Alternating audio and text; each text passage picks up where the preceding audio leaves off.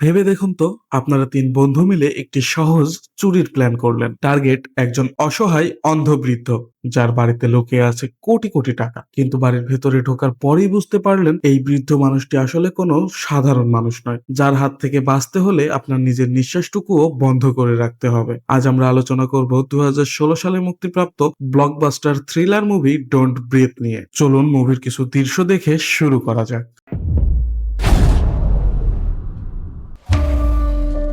Who's there? Stay right there.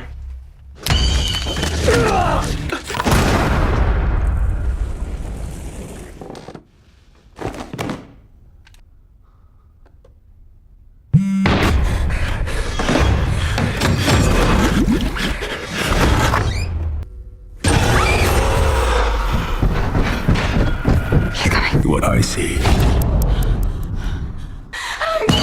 মুভিটি শুরু হয় ৩ বন্ধুকে দিয়ে, যার মধ্যে মূল চরিত্র হলো অ্যালেক্স। তারা ৩ জন মিলে বিভিন্ন বাড়িতে চুরি করত, তবে সাধারণ কোনো বাড়িতে নয়, বরং বেশ সুরক্ষিত বাড়িতেই তারা হানা দিত। অ্যালেক্সের বাবা সিকিউরিটি সার্ভিসে কাজ করার সুবাদে অ্যালেক্সের কাছে অনেক বাড়ির চাবি থাকতো, তাই সে এসব নিয়ে খুব একটা চিন্তা করতো না। একবার কিছু দামি জিনিস চুরি করার পর তারা যখন সেগুলো বিক্রি করতে যায়, তখন খুব একটা টাকা পায় না। এতে তারা বেশ হতাশ হয়ে পড়ে। তখন অ্যালেক্সের এক বন্ধু একটি নতুন বুদ্ধি দেয়। সে জানায় এক নির্জন এলাকায় একজন অন্ধবৃদ্ধ একা থাকেন, যার কাছে প্রায় $৩ লক্ষ ক্যাশ আছে। সেখান থেকে চুরি করা হবে একদম বাচ্চার হাতের মোয়ার মতো সহজ। শুরুতে অ্যালেক্স রাজি না হলেও তার বান্ধবী রকি যখন জানায় ছোট বোনের ভবিষ্যতের জন্য এই টাকাটা খুব প্রয়োজন, তখন অ্যালেক্স রাজি হয়। তারা বৃদ্ধের বাড়িতে নজর রাখতে শুরু করে। বৃদ্ধ লোকটি একজন প্রাক্তন সেনা সদস্য ছিলেন, যিনি যুদ্ধে তার দৃষ্টিশক্তি হারিয়েছিলেন। বাড়ির বাইরে একটি ভয়ঙ্কর চেহারার কুকুর পাহারাই ছিল। অ্যালেক্সের কাছে এই বাড়ির চাবি থাকায়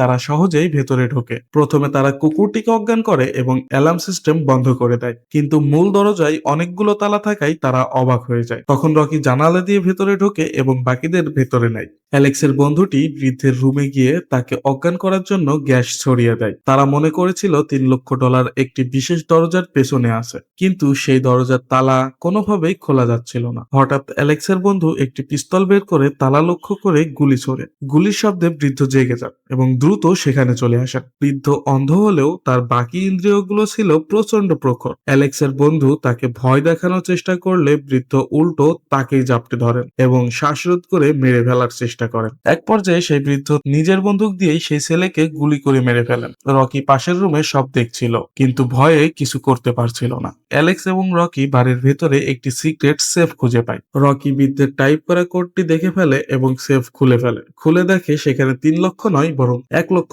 আছে। তারা টাকা নিয়ে পালানোর চেষ্টা করার সময় বৃদ্ধ আবার ঘরে ঢোকেন। অ্যালেক্স আর রকি একদম নিঃশ্বাস বন্ধ করে দাঁড়িয়ে থাকে, যাতে কোনো শব্দ না হয়। মুভির নাম মূলত এখান থেকে এসেছে। পালানোর পথ খুঁজতে গিয়ে তারা বেসমেন্টে গিয়ে পৌঁছায়। সেখানে তারা একটি নারীকে শিকল দিয়ে বন্দী অবস্থায় দেখে অবাক হয়ে যায়। এই নারীটি মূলত একসময় গাড়ি দুর্ঘটনায় বৃদ্ধের মেয়েকে মেরে ফেলেছিল।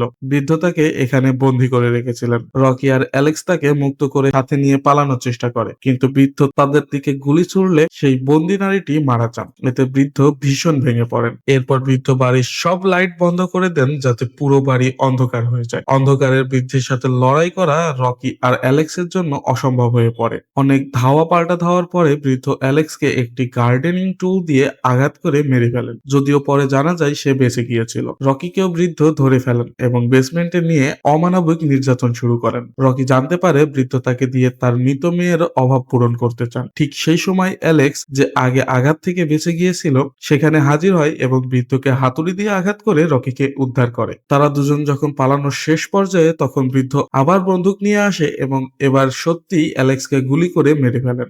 রকি অনেক কষ্টে $১ লক্ষ নিয়ে বাড়ির বাইরে বেরিয়ে আসে। বৃদ্ধের কুকুরটি তাকে তাড়া করলেও সে বুদ্ধি খাটিয়ে কুকুরটিকে একটি গাড়ির ট্যাঙ্কে আটকে ফেলে। এরপর রকি বাড়ির সব অ্যালার্ম বাজিয়ে দিয়ে বৃদ্ধকে বিভ্রান্ত করে এবং তাকে গুরুতর আহত করে টাকা নিয়ে পালিয়ে যেতে সক্ষম হয়। মুভির শেষে দেখানো হয় রকি তার ছোট বোনকে নিয়ে শহর ছেড়ে অন্য কোথাও চলে যাচ্ছে। টিভিতে খবর আসে যে বৃদ্ধের বাড়িতে ডাকাতি হয়েছিল এবং তিনি ২ জন ডাকাতকে মেরে ফেলেছেন। বৃদ্ধ পুলিশের কাছে মিথ্যা বলেন যে তার বাড়ি থেকে কিছুই চুরি হয়নি। কারণ তিনি জানতেন চুরির কথা বললে রকিকে ধরা হবে এবং রকি ধরা পড়লে তার বেসমেন্টের সব গোপন অপরাধ সামনে চলে আসবে।